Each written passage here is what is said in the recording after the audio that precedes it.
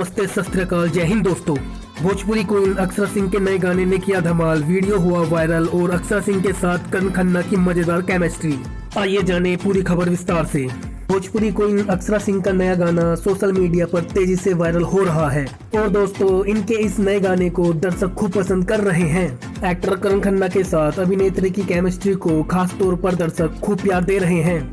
अक्षरा सिंह के नए गाने एक चुम्मा को टिप्स भोजपुरी के ऑफिशियल यूट्यूब चैनल पर रिलीज किया गया है। लड़की लड़का क्या होता है बे?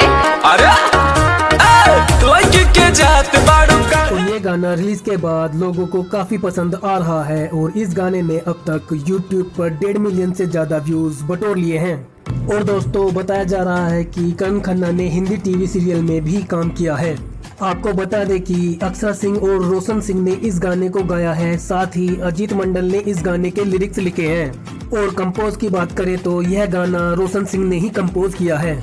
और साथ ही आपको बता दें कि इस गाने को गोविंदा के गाने का भोजपुरी वर्जन बताया जा रहा है। तो दोस्तों अक्षरा सिंह के इस नए गाने के बारे में आपको क्या कहना है, अपनी राय कमेंट बॉक्स में जाकर जरूर दें और ऐसी ही जानकारी पाने के लिए चैनल को दिल से लाइक करके सब्सक्राइब करना ना भूलें। बदले में यूपी बिहार लेंगे।